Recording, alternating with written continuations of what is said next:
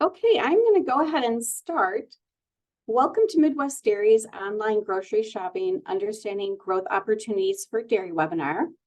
My name is Maureen Windish, and I'm Midwest Dairy's Senior Manager of Consumer Insights and Analytics. And I've been researching consumers in the food industry for over 20 years. Before joining Midwest Dairy, a little over a year ago, I worked for IRI and the NPD Group, which are now both Circana, as well as several food manufacturers. Most recently, I worked for Michael Foods, which is a large egg processor in Minnesota.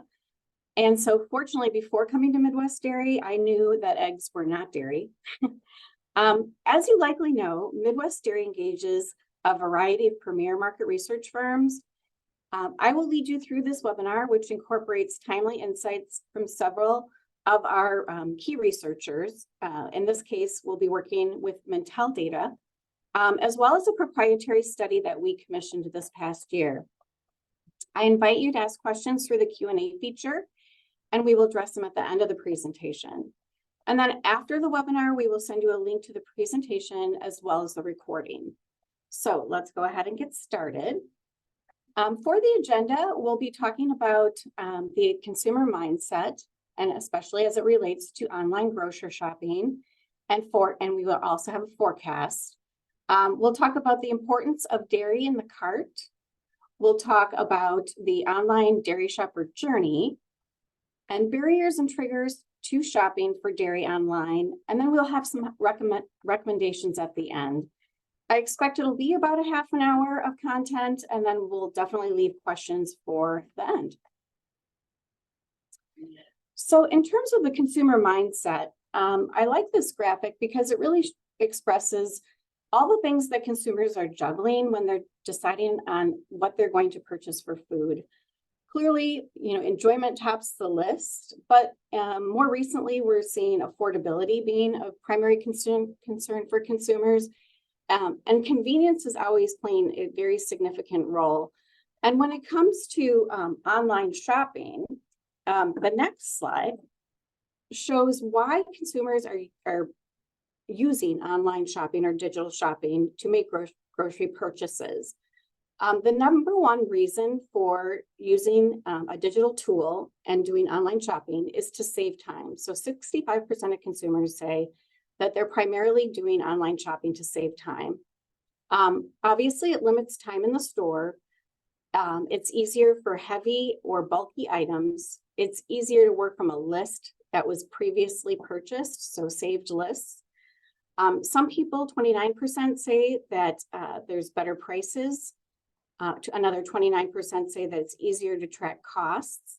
There's actually a sizable amount of people, 21% saying that it's fun. They actually like the digital environment and they think it's a fun way to shop. 14% saying that there's a subscription that they have. 12% saying that they like to use it for recipes, which is something that I know a lot of you are using recipes to tap into ideas for consumers. And then just a bucket at the bottom, other things that they're saying would motivate them to use online purchasing. So clearly topping the list, as I said, is time savings, and that is the primary reason. And so convenience is a big reason consumers are using online shopping, and then to prevent the time in the store. Some additional information that we received from Mintel looks at generational differences in online shopping patterns. And we can see that within these generations, millennials, Gen X, boomers, and then those that are referred to as the swing generation, we can see over time within each of these generations, if you pay attention to the dark blue bar, that with each generation, fewer and fewer are using all in-store as their primary mode or channel for purchasing groceries. So over time, we expect with the next generation of Gen Z, we believe that even more of them will be relying on online tools to purchase their groceries. So that knowledge of knowing that over time generations are leaning into online purchasing really feeds into Mintel's forecast for online purchase of groceries over time. So this forecast goes all the way into 2027. And we can see that with their projection, they're expecting that online sales are going to be about 20% of the total market for groceries within the next 5 years. And clearly that's, a robust growth rate. And even with their most modest forecast, they're expecting to see a 1.8% lift in online grocery shopping in the future. So by the end of this year, they predict that the sales related to online grocery shopping would be $163.2 billion. So clearly that's an enormous sum that will be moving through this channel by the end of this year. And we know that dairy is a significant driver of online grocery shopping, that digital shoppers tend to spend about 75% more when dairy is in the cart. And dairy is the second largest department in the online grocery channel. And by 2025, $1 in $5 are expected to pass through the online channel. So we know dairy is a very big piece of, and an important piece of digital shopping. Another point here from Mintel that we received this past year was that there are some categories that consumers don't feel really comfortable purchasing in an online environment. And a lot of those categories are fresh categories. So looking at this chart, specifically those dairy products, those that are purchased exclusively in store, or those consumers that are purchasing exclusively in store, that would be 69%. And so we know that the balance of the shoppers are using an online methodology to get some of their groceries, but that dairy sort of under indexes for being purchased online. And so we were wondering, why do consumers shy away from ordering dairy online? And is this an issue in the Midwest dairy region? So in order to answer that question, we decided to embark on some primary research. So in this past year, we conducted a custom research study to better understand the online dairy shopper and what retailers in our region can do to grow their online dairy sales. So we used a company called Gut Check to do a 10-minute online survey. We surveyed 530 online grocery shoppers that were over 18. We represented parents so that we could make a comparison to what's important to total population versus parents in our region. As we know, parents are really important in the dairy purchase. And then we also, as I said, all of the respondents were from the Midwest dairy region. They had to be open to purchasing dairy online, and they must have shopped online for groceries in the past 3 months. So in addition to those requirements, we also wanted to make sure that they were shopping retailers in our region. So they have to have shopped for groceries in the past 30 days at least one of these retailers, and then be the primary or a primary grocery shopper for their household. So as I said, we did the 10-minute survey with them, and we mapped out their journey towards making a dairy purchase. So this is the shopper journey specifically for dairy. We asked them from these steps that you see here, 1 through 6, we asked them what steps were they taking in order to purchase dairy. And then we also asked them what was the order that they used to make those steps. And you can see 68% say that they check to see what dairy items they're low on, and that's their first step in making their list. So 64% of grocery lists that includes dairy, they make that list. As I said, that's step 2. 66% say that they search for specific dairy items. So they're looking for dairy items that they have already pre-selected in their mind. And then 50% compare dairy products based on price and brand. So that's clearly not everyone, but that is a significant portion of them. Actually, I skipped one. I noticed the number 3. Clearly, they have to log on before they would specify the items that they're going to purchase. And then they do search for promotions when they're logging on at the beginning of their journey. So their final step, step 6, is that 40% of them are saying that they meet the requirements, making sure that they meet the requirements, that they're not paying too much for delivery and etc.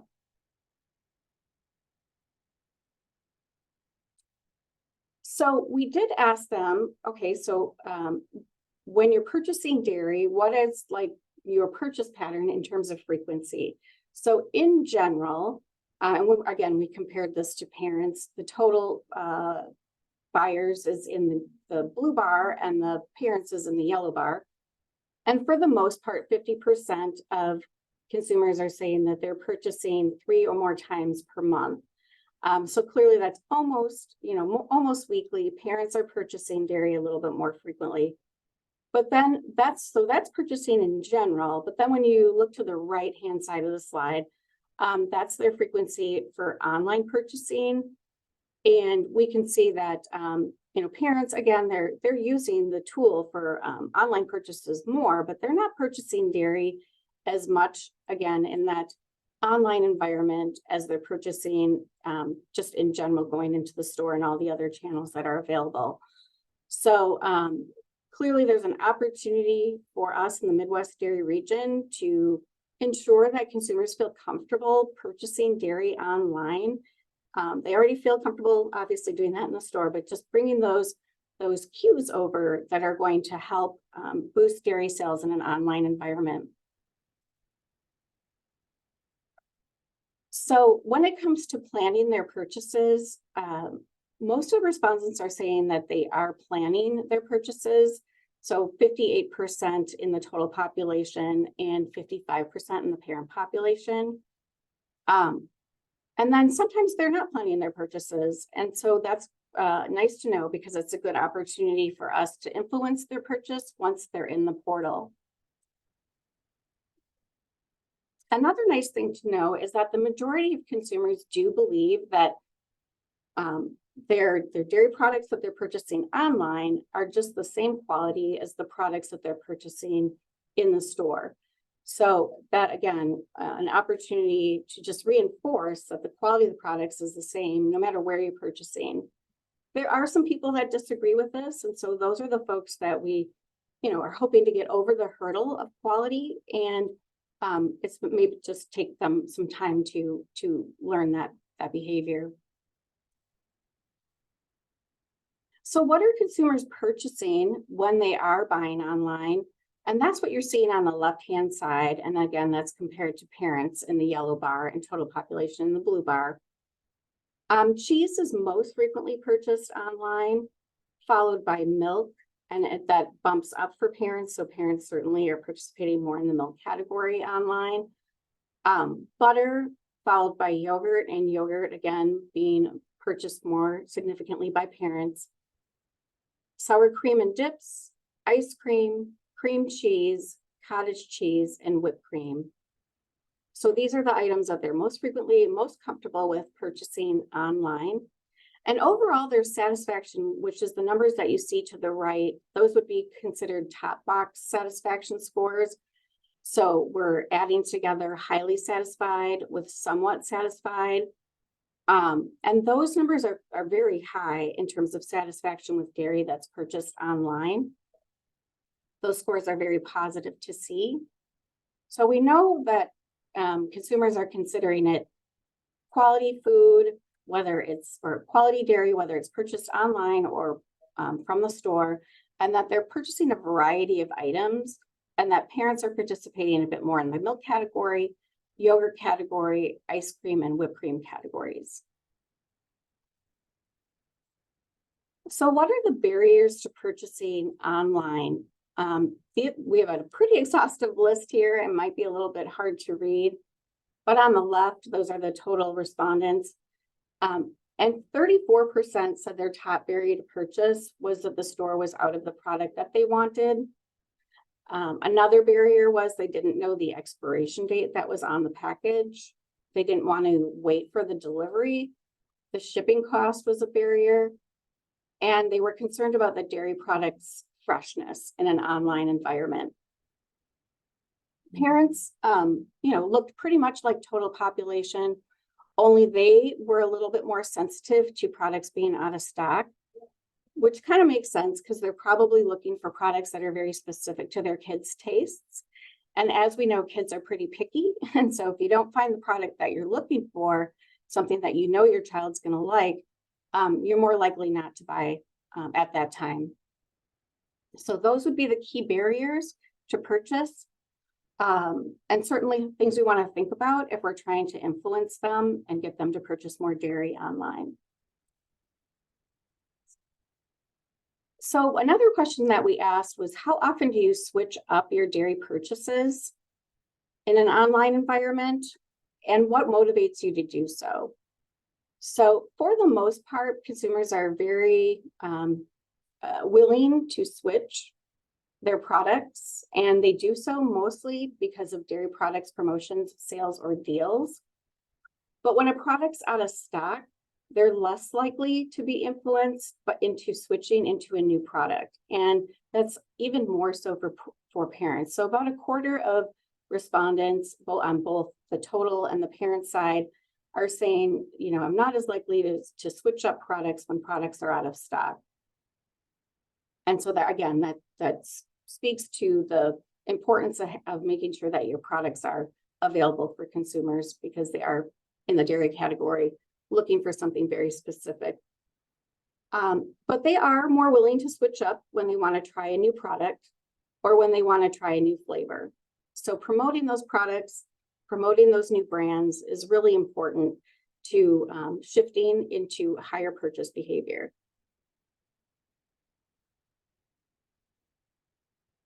So another barrier, as we talked about, was freshness. And so we asked consumers, if they believe that dairy products online is the same as in terms of freshness as what they would purchase in store. And for the most part, consumers do agree that the product is virtually the same freshness, whether it's in the store or online. But there is, 22%, almost a quarter of consumers that disagree with this. And again, this is the primary hurdle or a primary hurdle for purchasing dairy online. And so we would want to, cue consumers that the product is fresh online as well as in the store, that they are equal. And some areas where consumers would be willing to, capture or see this information promoted would be in the product description, roughly 45% of people saying that. In the cart, so I could see it before I check out, in a banner ad near the product, or in the product name. So these are all areas and opportunities where retailers would have to display freshness of dairy as being equal, both in store and online. Another concern for consumers was the expiration dates. And so we asked consumers, what would be the ideal amount of time from expiration you would need to believe that your dairy products are considered fresh? And for the most part, they're expecting a lot here. They want to be able to have 10 days or more when it comes to butter, ice cream, cheese, cream cheese, and down the list here. And then when you get to milk, about 47% of the total population say that they would want to have 10 days or more. And they're a little bit more lenient with the products that they're purchasing on a high frequency basis. And parents are a little bit more lenient with milk. Again, probably because they're consuming that more quickly than the other categories. So expiration dates certainly are a topic, probably a harder thing to tackle to ensure that the expiration date is 10 days or more. But if there were an opportunity or a way to do that, I would highly suggest it, because this is a barrier for consumers in the dairy category.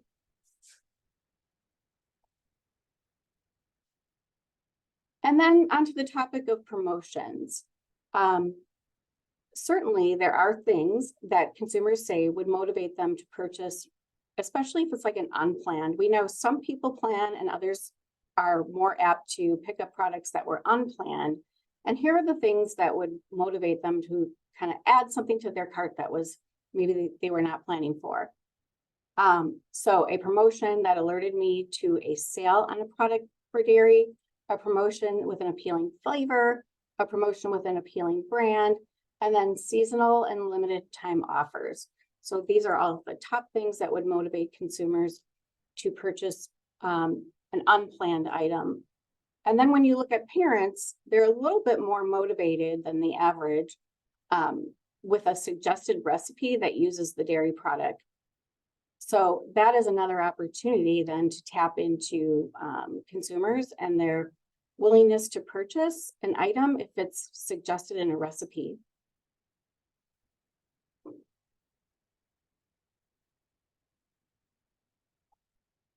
And then moving on to key recommendations and findings.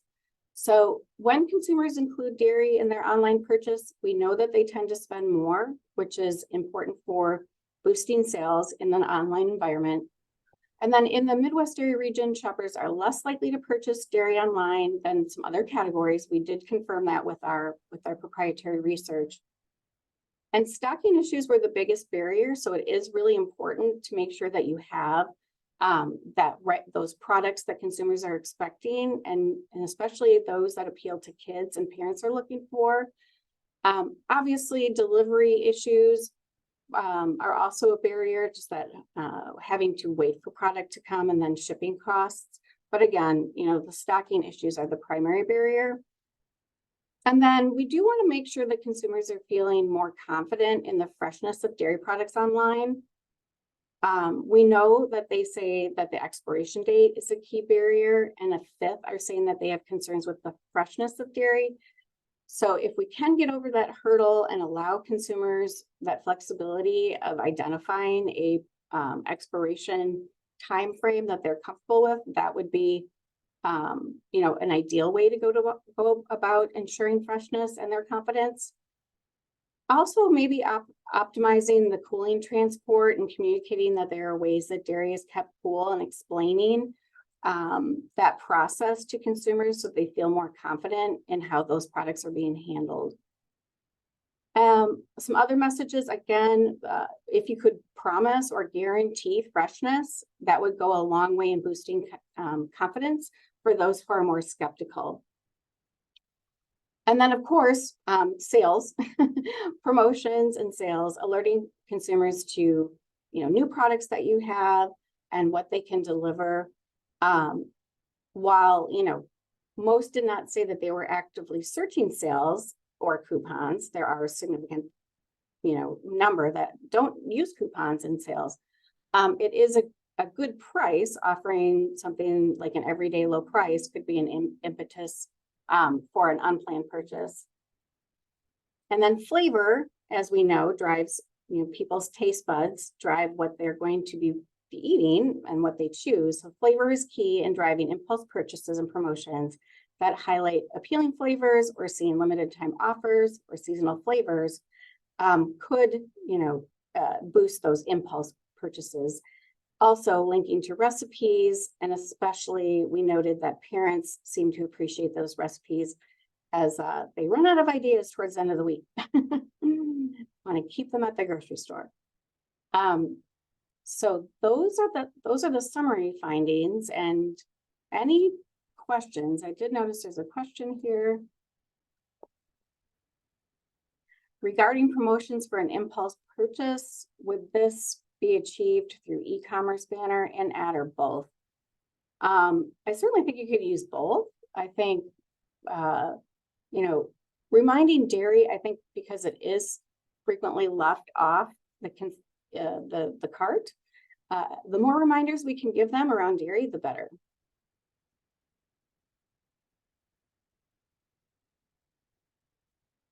Any other questions or comments?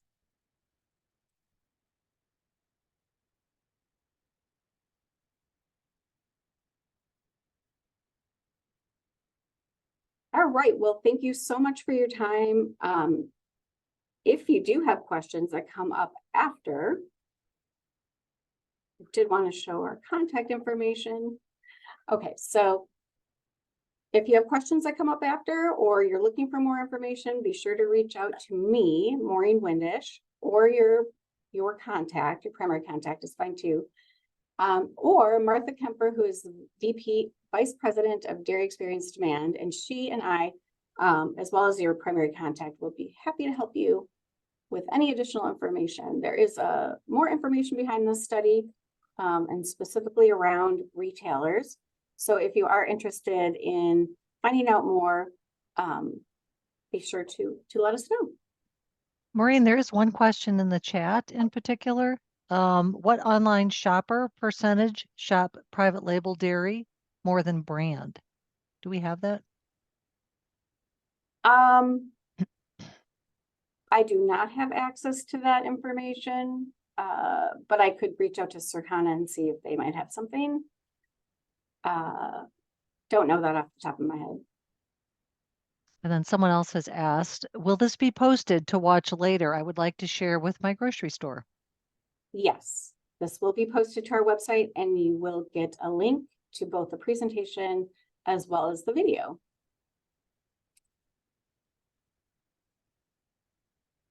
All right, thank you so much. I appreciate your time today. Have a great day.